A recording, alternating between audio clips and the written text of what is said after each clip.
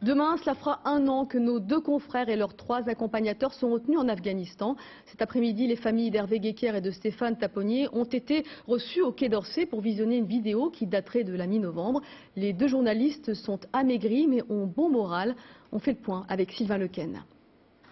Les parents de Stéphane Taponnier arrivent au Quai d'Orsay cet après-midi, visage fermé.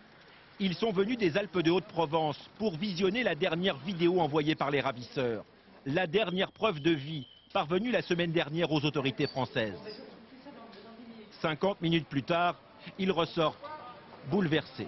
Bon, ça se présente. Écoutez, je suis très émue, je vous remercie d'être là, mais pour le moment... Monsieur Taponnier? C'est pareil, on est très émus, Stéphane est très amaigri, disons avec son copain, mais ils ont bon moral. Ouais, ils nous ont dit pas plus de choses que ça. Qu'est-ce qu'ils disent sur la cassette? Disons qu'ils sont que le gouvernement fasse le maximum pour les délivrer. Demain, cela fera un an que Stéphane Taponnier, Hervé Guéquer et leurs 3 accompagnateurs ont été enlevés sur l'une de ces routes d'Afghanistan, alors qu'ils réalisaient un reportage pour le magazine Pièces à conviction.